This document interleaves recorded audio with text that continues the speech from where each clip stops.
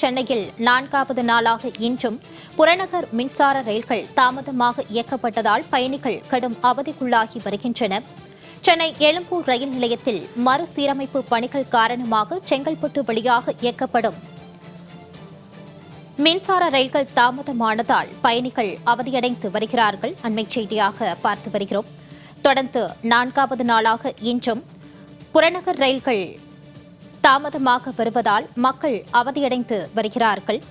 கடற்கரை தாம்பரம் செங்கல்பட்டு வழித்தடத்தில் வழக்கமாக 208 மின்சார ரயில்கள் இயக்கப்படும் நிலையில் இன்று 164 ரயில்கள் மட்டுமே இயக்கப்பட்டிருக்கிறது.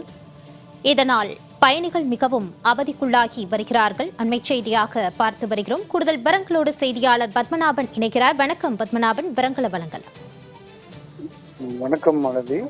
சென்னை எழும்பூர் ரயில் நிலையத்தில் மறுசீரமைப்பு பணிகளுக்காக கடந்த ஏப்ரல் 20ஆம் தேதி முதல் பிப்ரவரி 20ஆம் தேதி முதல் ஏப்ரல் 5ஆம் தேதி வரை இந்த பணிகள் நடைபெற்று வரும் என சென்னை தெற்கு ரயில்வே தெரிவித்துள்ளது. இதனால் பார்த்தீங்கன்னா சென்னை கடற்கரையிலிருந்து தாம்பரம் மற்றும் செங்கல்பட்டு, காஞ்சிபுரம், அரக்கோணம் வழியாக செல்லக்கூடிய அனைத்து மின்சார ரயில் 44 ரயில்கள் தற்போது ரத்து செய்யப்பட்டுள்ளது.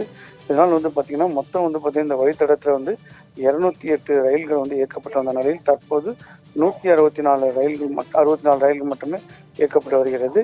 இந்த ரயில் பயணத்தில் பார்த்தீங்கன்னா நாள் ஒன்றுக்கு எழும்பூரிலிருந்து செங்கல்பட்டு வரை பார்த்தீங்கன்னா 2 மார்க்கம் வழியாக 3 லட்சம் பேர் பயணித்து வருகின்ற நிலையில் தற்போது பயணிகள் கூட்டம் அதிகமாக காணப்பட்டு வருகிறது.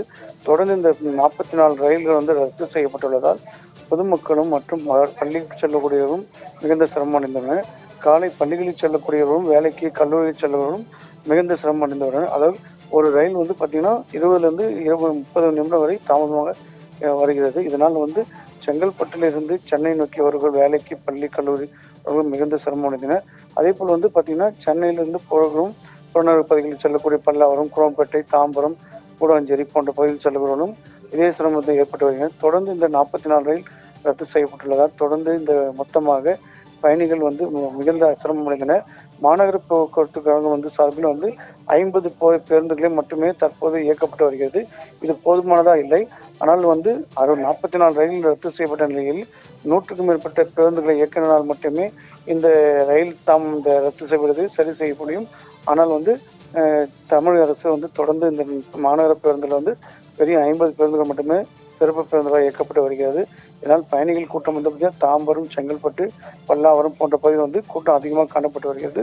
தொடர்ந்து பள்ளிக்கு செல்லும் மாணவர்கள்லாம் பார்த்தீங்கன்னா அதாவது 20 நிமிடத்துக்கு செல்வதால் அவர்கள் பள்ளிக்கு தாமதம் ஏற்படுகின்ற பயத்திலே அவர்கள் அந்த அச்சத்திலே படிகளில் தொங்கியவாறு ஆபத்தான முறையில் தான் பயணித்து வருகிறார்கள்.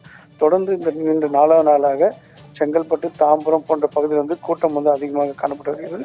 மாநகர பேருந்துகளாச்சும் அதிகமாக எண்ணிக்கையில் இயக்க வேண்டும் என பயணிகளுடைய கோரிக்கையாக இருக்குது. வேலைக்கு செல்வதும் தாமதம் ஏற்படுகிறது, பள்ளி கல்லூரி செல்வதும் தாமதம் ஏற்படுகிறது.